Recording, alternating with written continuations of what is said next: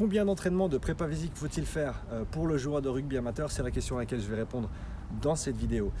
Donc déjà, il faut savoir à l'avance si on a de la préparation physique qui est inclue dans nos entraînements de la semaine ou pas. En général, en tout cas en Suisse, ici dans le championnat suisse de rugby, les entraînements c'est 2 fois par semaine, le mardi, le jeudi ou le lundi et le mercredi pour certains clubs. On joue les samedis ou les dimanches en fonction du championnat, en fonction de votre club, de votre terrain, etc. Donc on a 2 entraînements par semaine plus un match. La donnée va être changée pas mal si on s'entraîne déjà, si on fait déjà de la préparation physique pendant les entraînements. En général, ça va être dans la pré-saison. Donc on va faire une partie de préparation physique pour être prêt ensuite pour la saison de rugby. En saison, on voit beaucoup moins de préparation physique dans les clubs en général. Moi, j'essaie toujours de garder l'élément minimum que je garde en termes de préparation physique pendant la saison, c'est du travail de vitesse, donc c'est du sprint, parce que c'est une qualité qui est très très importante à maintenir, non seulement au niveau de la performance, mais au niveau de la prévention des blessures également. Si le seul moment où vous sprintez, c'est en match, vous êtes fatigué, c'est là où vous allez vous faire mal.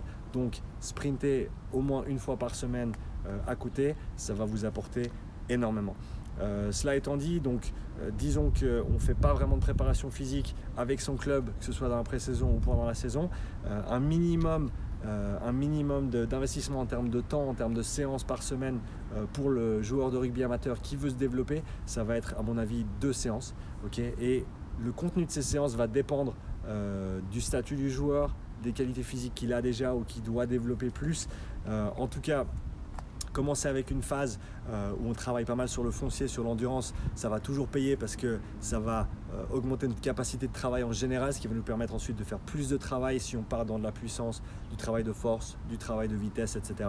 Donc une période de travail au niveau foncier, au niveau cardio va toujours être bénéfique, peu importe votre niveau.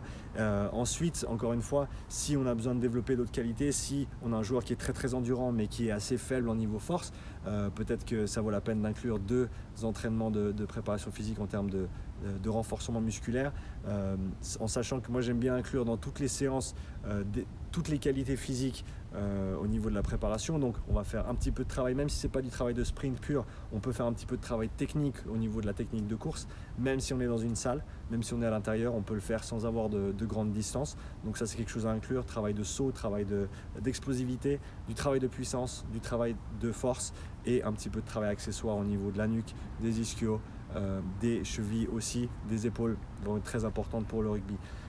Donc minimum 2 séances par semaine, que ce soit en foncier ou en travail de renforcement musculaire, ça va être vraiment le grand minimum. Après, encore une fois, le plus de temps on investit dans la préparation physique, le plus de retour on va avoir sur cet investissement. Donc si vous avez la possibilité de faire plus que 2 entraînements par semaine en termes de préparation physique, maintenant il faut commencer à penser à comment vous les gérez sur la semaine. Ce que j'aime bien faire, c'est de regrouper les gros entraînements les mêmes jours que les entraînements de rugby. Comme ça on a 2 jours dans la semaine, les 2 jours d'entraînement qui sont très très intenses, avec peut-être 2 séances dans cette journée, la séance de préparation physique et ensuite la séance de rugby. Mais ensuite ça vous permet d'avoir dans la semaine au moins 4 jours soit de repos, soit d'intensité basse, en sachant qu'on va avoir un match qui va être de haute intensité. Donc c'est important de commencer à cibler ces entraînements au niveau de la semaine pour ne pas se mettre dans le rouge tous les jours, parce qu'ensuite ça mène assez facilement à des blessures.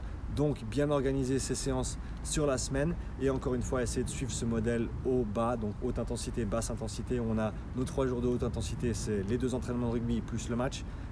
On essaye de focaliser tous nos entraînements de haute intensité sur ces jours-là. Les autres jours, on peut faire du travail de foncier, du travail de basse intensité, tout le travail accessoire, etc.